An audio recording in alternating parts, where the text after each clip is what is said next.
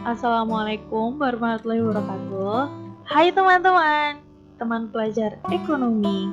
Dalam video ini kita akan saling berdiskusi dan saling belajar mengenai pengantar ekonomi. Nah, pada penasaran kan apa sih pengantar ekonomi? Yuk, buruan kita bahas. Sebelum memulai diskusi kali ini, saya akan menjelaskan beberapa poin pembahasan dalam video ini. Yang pertama adalah pengertian, di mana pengertian di sini berisi mengenai ilmu ekonomi dan beberapa istilah seperti ekonomi mikro dan ekonomi makro. Selanjutnya adalah perbedaan. Perbedaan di sini adalah perbedaan dari ekonomi mikro dan ekonomi makro. Oke, selanjutnya yang akan kita bahas adalah pengertian dari ilmu ekonomi.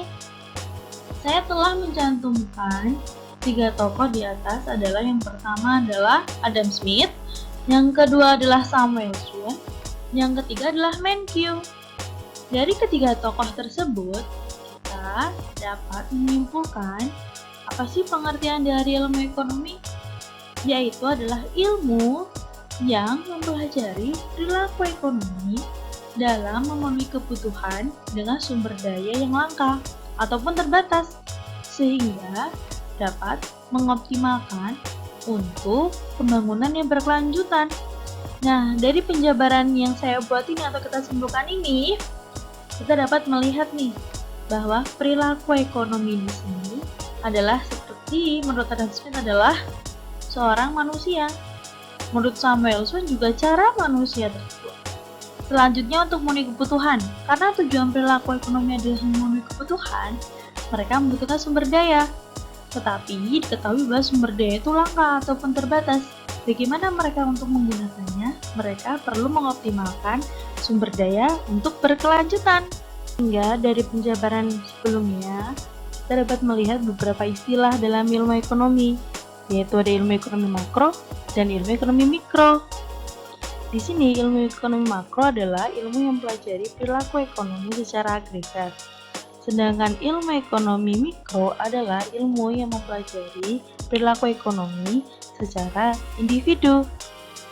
Sehingga setelah kita mempelajari pengertian dari ilmu ekonomi mikro dan makro, kita akan melihat perbedaannya antara keduanya. Di sini sudah saya cantumkan beberapa perbedaannya. Yang pertama adalah pelaku ekonomi. Pelaku ekonomi merupakan orang yang berperan dalam perekonomian ataupun kegiatan ekonomi. Nah, pertama adalah ekonomi mikro. Pelakunya adalah konsumen dan produsen, di mana konsumen merupakan pelaku ekonomi dalam mengkonsumsi barang ataupun jasa guna untuk memenuhi kebutuhannya sehingga mencapai kepuasan yang maksimal. Kemudian yang kedua adalah produsen. Produsen merupakan pelaku ekonomi dalam memproduksi barang ataupun jasa dengan mengubah input menjadi output sehingga mencapai keuntungan yang maksimal. Oke, selanjutnya adalah dari sisi makro. Di sini ada rumah tangga, perusahaan, pemerintah, dan luar negeri. Rumah tangga di sini adalah pelaku ekonomi dalam lingkup konsumsi dan produksi. Dari sisi konsumsi adalah untuk memenuhi kebutuhannya, sedangkan dari sisi produksi adalah sebagai faktor produksi. Kemudian yang kedua adalah perusahaan, adalah pelaku ekonomi dalam lingkup produksi, yaitu untuk menghasilkan barang ataupun jasa atau menyediakannya. Yang ketiga adalah pemerintah, pelaku ekonomi dalam mengatur pendistribusian antar rumah tangga dan perusahaan, yang itu menggunakan undang-undang, contohnya di Indonesia ini. Kemudian yang terakhir adalah luar negeri. Luar negeri di sini adalah pelaku ekonomi dalam lingkup pengeluaran, di mana ada dari rumah tangga, perusahaan, maupun pemerintah. Di mana dari sisi rumah tangga dan pemerintah sebagai konsumsi, kemudian yang kedua sebagai produksi dari sisi perusahaan. Pemerintah juga bisa sebagai produksi untuk memenuhi kebutuhan masyarakat atau rumah tangga di negaranya, sehingga pemerintah sebagai konsumsi maupun produksi, yaitu bentuknya ekspor maupun impor.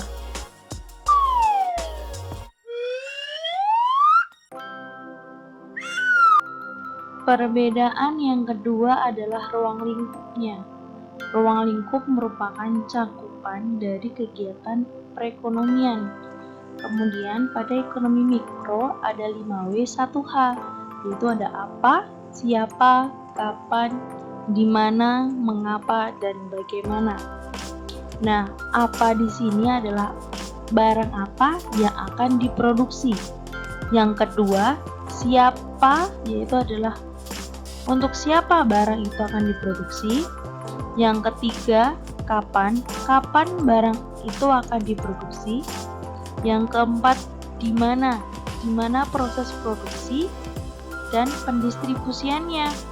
Yang kelima, mengapa barang itu perlu diproduksi di masyarakat tentunya.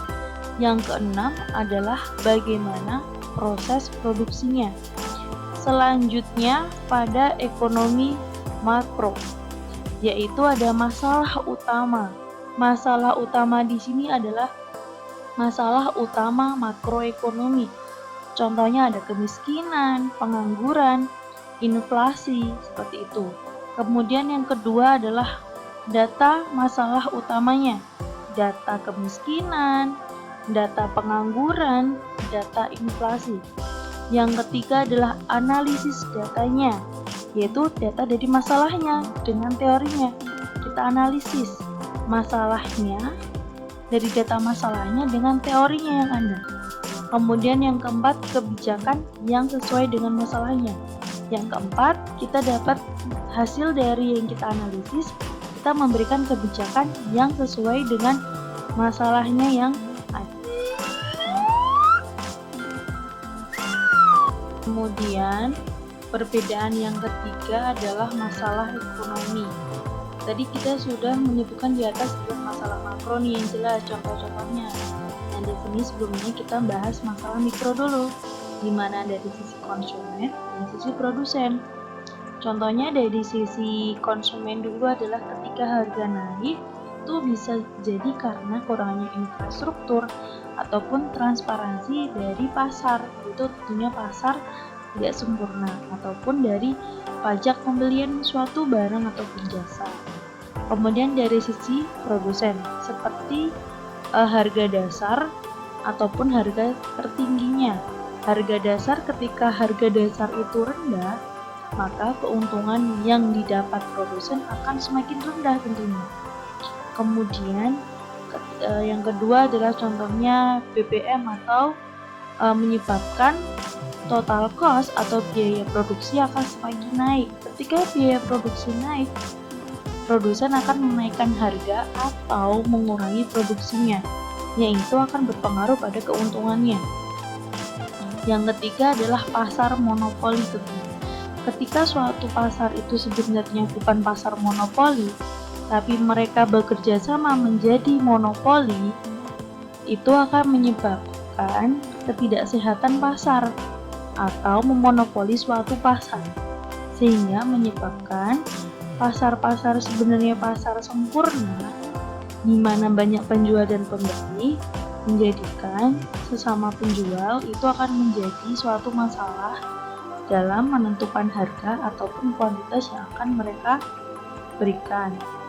Selanjutnya dari sisi makro, yaitu adalah dari pertumbuhan ekonominya.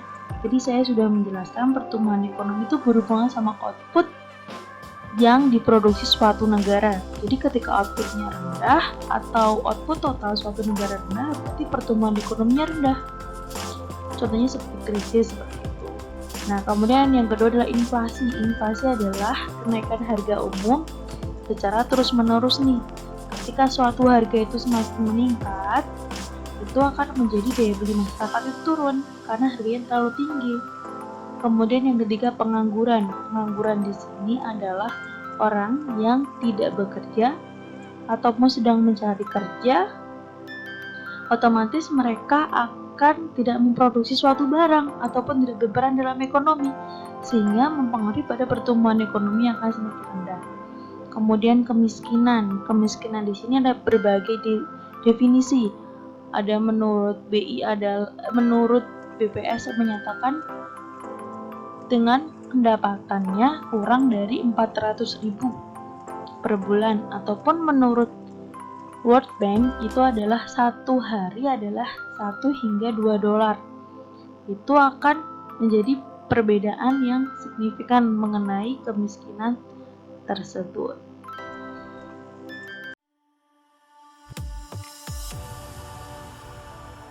Ya teman-teman, setelah penjelasan dari saya mengenai pengantar ekonomi di video ini nih, saya dapat sumber ini dari buku Sadono Sukirno dari Menkyu ya.